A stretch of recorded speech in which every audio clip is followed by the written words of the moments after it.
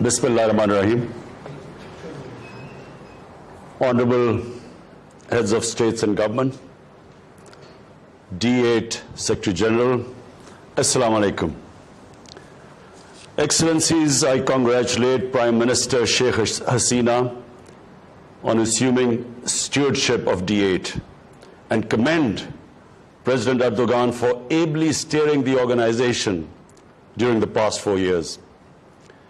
It is a pleasure for me to share my perspective on the summit's focus on building partnerships to harness the power of youth and technology in a transformative world. The theme is extremely significant today. Excellencies, our world today is at a defining moment because of the interconnectedness and the economic, social, and environmental vulnerabilities created by this interconnectedness. The COVID-19 pandemic has caused a death of over 2.9 million people. More than 250 million people have become unemployed, have lost their jobs.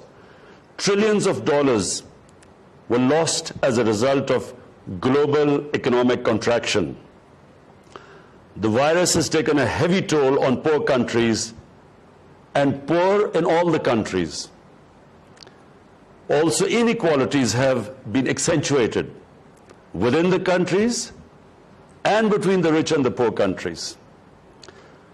The developing countries are faced with the dilemma of not only saving people from the deadly virus, but also saving people from hunger.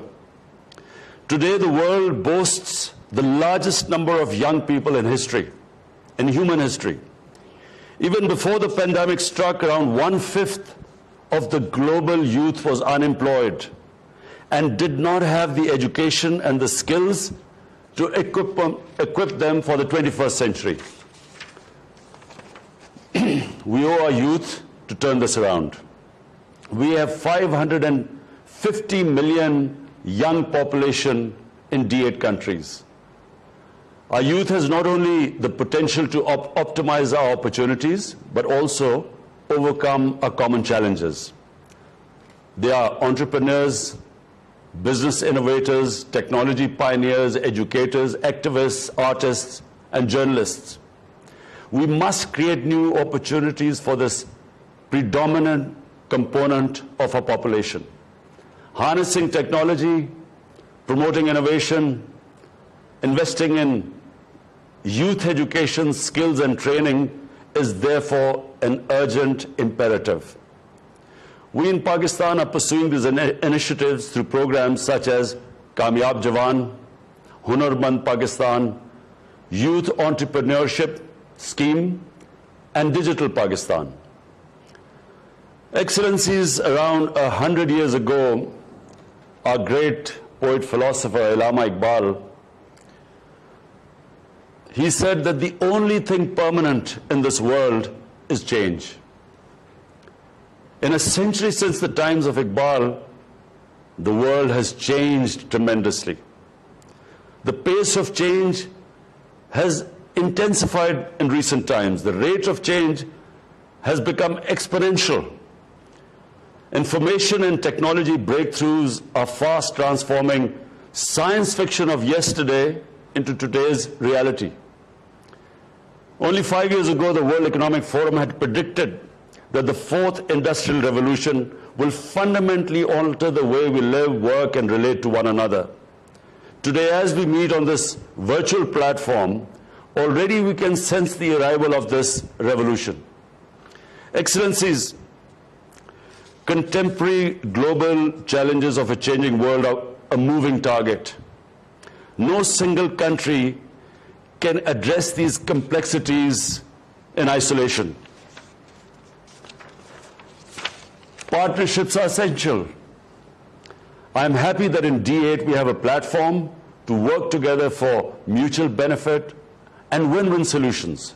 In our view, the D8 would do well to pay special attention to the following 3 areas while dealing with a rapidly transforming world. First, As net producers of primary global commodities, the D8 must conceive projects that harness technology for supply-side improvements with a special emphasis on efficiency and productivity. With cost of transportation and communications improving due to innovations, the D8 members must partner to keep pace with the logistics and global supply chains. Secondly, the D8 should brainstorm ideas to insulate its members from disruptions in labor markets due to technology and innovations. As automation substitutes for labor across the world, the labor-intensive economies of D8 face challenges of unemployment and social disruption. Thirdly, the D8 should call for COVID vaccine to be treated as a global public good, ensure equity, affordability, enhance production, and timely supply to save lives. We must push back against vaccine nationalism and undue export restrictions. The global vaccine manufacturing companies must either speed up production or share their technology and expertise with developing countries for adequate vaccine supply. Excellencies, 23 years ago, a shared vision motivated our countries to establish D8 to improve member states' position in global economy, diversify and create new opportunities in trade relations, enhance participation in decision-making at international level, and improve living standards. Today, D8 is a grouping of over 1 billion people, a grouping of over 1 billion people with a combined GDP of $4 trillion. We possess two essential prerequisites for growth: resources and enterprising people. As part of our endeavors to realize the vision of D8 in these testing times, I propose the following 5-pronged roadmap. 1. We must mobilize financing and resources to recover robustly from the economic and health crisis induced by COVID pandemic. To address the unique economic and financial challenges faced by developing countries as a result of the pandemic, I have already suggested a 5-point plan. This includes debt relief, creation and redistribution of special drawing rights, mobilization of climate finance, and especially for the D8 leadership, eliminating illicit financial flows and return of stolen assets to developing countries. It was in this context that I called for a global initiative on debt relief last April. I invite the D8 members to consider this 5 points and join in advocacy for COVID-related relief measures. 2, we must take concrete actions to achieve the target of expanding intra-D8 trade from currently around $100 billion to $500 billion by 2030. It should include measures like simplification of border procedures, enhancing institutional linkages, and operationalizing new initiatives. We welcome ideas like the D8 payment card, which would enable transactions in local currency, what President Erdogan was referring to. 3, the D8 should develop a youth engagement strategy focused on promoting cultural, educational, scientific, and business exchanges.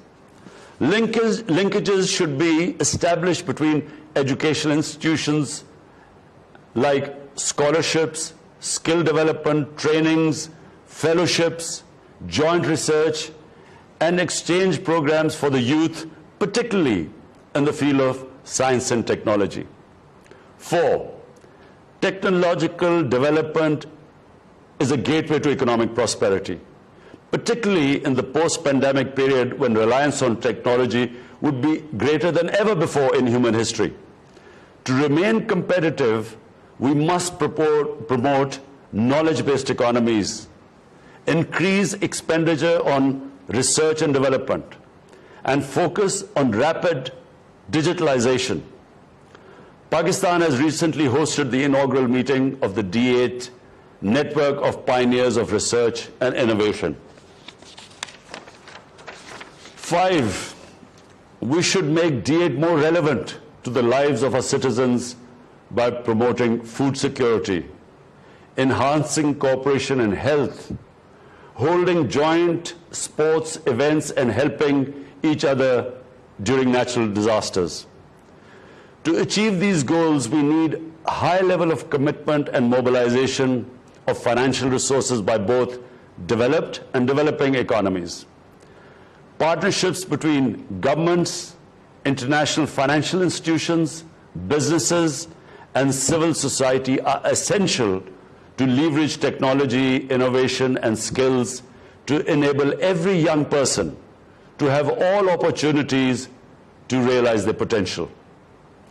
I'm confident that our collective wisdom and commitment will bring a new vigor to D8. I wish you all a blessed Ramzan, and I thank you.